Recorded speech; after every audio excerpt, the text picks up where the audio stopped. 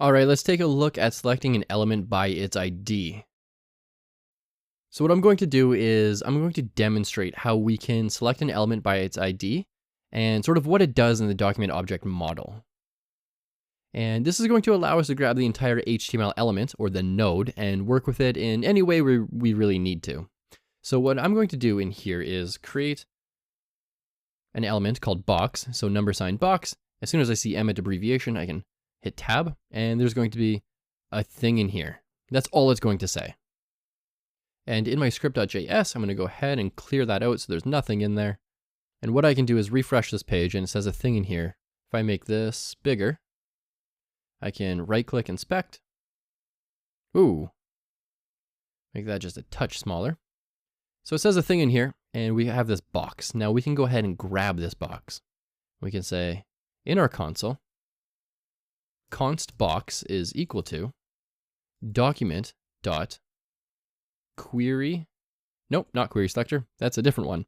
We want get element by ID and then that ID name, which is box. And that ID name just matches this one here. ID is equal to box. ID is equal to box. Let's go ahead and hit enter. It's going to say undefined, but if we type box again, that's going to give us, look at that. It's the entire HTML node. It's exactly what we wrote in VS Code in our editor.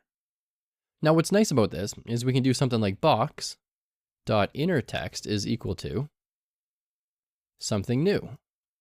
And it changes it. Changed it up here. Changed it right on our page.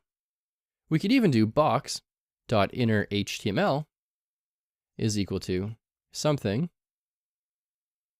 And then new is bolded / strong.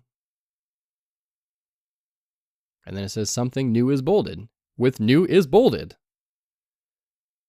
And so that's how we get an element by its ID. And that's why if you took HTML 101 or CSS 101, either of my courses there, I talk about IDs and how they're supposed to be unique. What happens if there's two of them on here? This is the second one. Now there's two IDs with box. Let's go ahead and refresh this page. And I'm going to click in here and just hit the up arrow till I get back to this code. Okay. And when I type box again, it gives me a thing in here. What if I didn't want the first one? What if I wanted the second one? How am I going to select that? I can't do it by my ID because there's two of the same ID. And that's why in HTML 101 and CSS 101, I was talking about IDs being completely unique. So make it box and box 2 if you need to. Make it box and box dash other if you need to.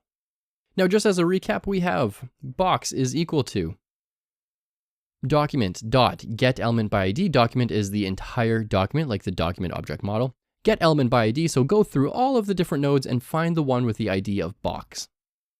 Then what I want is to use that box to change that inner text is just inner text. And remember, we capitalize the second word, not the first word in JavaScript variables. So box.innerText is equal to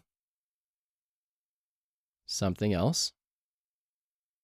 Or we could do, if we wanted to add some HTML, we could do box.innerHTML is equal to something underscore else. And that just adds an underscore in there. And that actually changes our document object model as well. We can see box in here. We have added a U element, an underline element. And so that is how we change the inner HTML of an element. That's how we change the inner text of an element. Remember, inner text does not hold HTML. Inner HTML only holds text and HTML as well. But inner text is just text, not HTML.